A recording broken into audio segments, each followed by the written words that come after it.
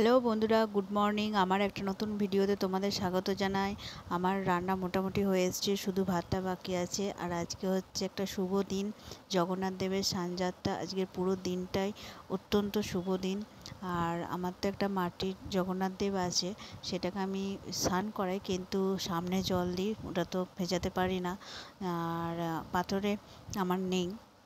আর আমি বললে বিশ্বাস করবে না, এখনও অবধি পুরী যাইনি। তা ঠাকুর কবে টানাবেন আমি জানি না, যখন টানাবেন তো তখন যাবই।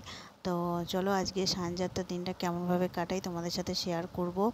আর তাড়াতাড়ি করে বাকি কাজগুলো করে নিই, করে তোমাদের চান করে দেখা করছি। বন্ধুরা, স্নান করে এসে চুল টুল আঁচড়ে নিয়েছি, সিঁদুর পরে নিয়েছি। এবার চলো, আজকে তো জগন্নাথ দেবের সাঁঝযাত্রা, তাই জন্য বাড়িতে যা আছে সেই দিয়েই আর কি পুজো করব। আর এই দেখো, পিতলের প্লেট পাইনি বলে এতে বসিয়ে নিয়েছি, নিচ থেকে পিতলের প্লেটটা দ্বারাও নিয়ে আসি। এই দেখো, পিতলের প্লেটটা নিয়ে এসেছি, আর গাছের ফুল দিয়ে সাজিয়ে দিয়েছি, জামাটা খুলিয়ে দিয়েছি, আর বাতিটা জেলে নিয়েছি। আর আমি অন্য কাপড়ে করে পরাই না বা করি না, কারণ হচ্ছে আমি তো আর ওতে জল ঢালি না। আর একটু চন্দন ঘষে নিই, কারণ একটু চন্দনের টিপ দেবো, আর একটু গায়ে চন্দন লেপে দেবো। আর কারণ আর এতে অন্য কিছু বস্ত্র পরি আমি স্নানটা এই কারণেই করাই না, কারণ আমি তো ডাইরেক্ট জল ঢালি না, সামনে জল ঢালি বলে আমি এরকমভাবে সামনে জলটা ঢালি। আর দুধ ছিল আর ছিল, কিন্তু আমি আর ওগুলো দিইনি। বাড়িতে যেহেতু আমি এইরকম করেই করি। আর জল সংকটটা পাচ্ছি না, কোথাও মনে হয় হারিয়ে গেছে, ওই জন্য আমি এটা দিয়েই দিলাম। নাহলে তার আগের বছর আমি জল শঙ্খ দিয়েই দিয়েছিলাম। একটু চন্দনটা লেপে নিলাম। আর তোমরা কে কী করছো জানিও। আর আমার মাকে দেখতাম ফুল দিয়ে আর এই আম আর কলা দিয়ে ঠাকুরকে মাথা দিয়ে জল আর কি স্নান করাতো। আমিও তাই ঝুড়ির উপরে জল নিয়ে এরমভাবে স্নান করাবো, তো সামনে দিয়েছিলাম। ফলগুলো সব বানিয়ে নিয়েছি। আর এটা হচ্ছে জগন্নাথ দেবের জন্য ভোগ বানিয়েছি, আর ঠাকুরকে খেতে দেওয়া হয়ে গেছে। আর একটু ধুনো দেখাবো। তোমরা তো জানোই ধুনো আমার সবসময় ফেভারিট, আমার খুব ভালো লাগে।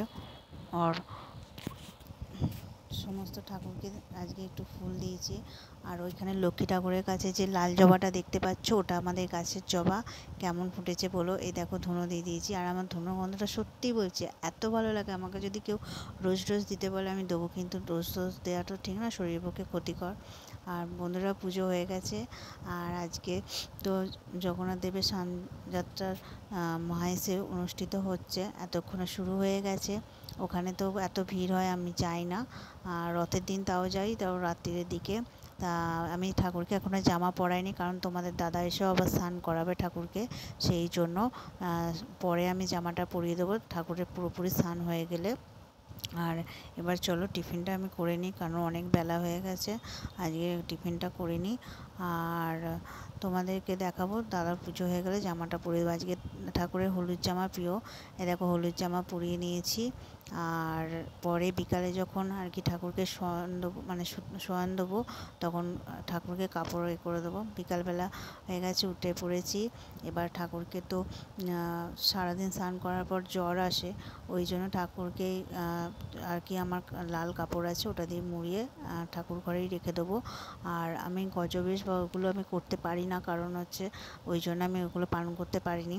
আর ঠাকুরকে ওই জামাটা ওপরেই লাল আর কি কাপড় জড়িয়ে শুয়ে রাখবো। এটা হচ্ছে সিংহাসন, সিংহাসনে লাল কাপড় একটা পেতে নিয়েছি।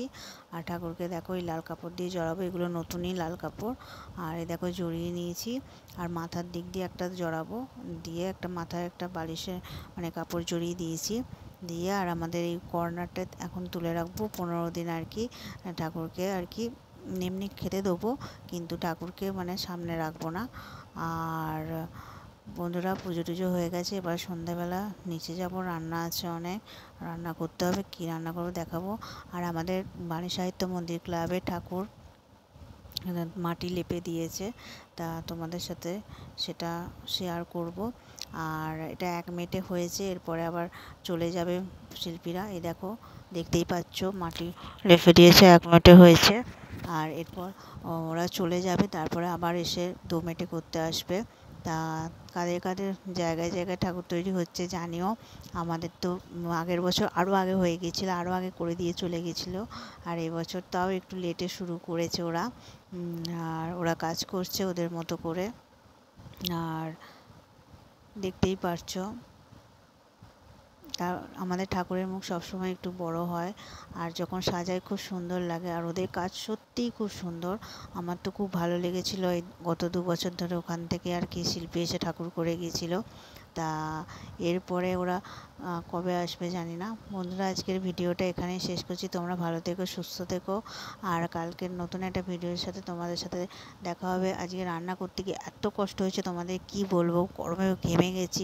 গাছের পাতা তো একটাও নড়ছে না, বলছে বর্ষা এসে গেছে। কোথায় বর্ষা, হয়তো গরমে টিকাই যাচ্ছে না। আর আজকের অত্যন্ত শুভ দিন, কার কেমন কেটেছে জানাবে। আর জগন্নাথ দেবের সাঁঝযাত্রার দিনটা আমার কাছে সত্যিই খুব শুভ দিন। আর এখানেই ভিডিওটা শেষ করছি, ভালো থাকবেন।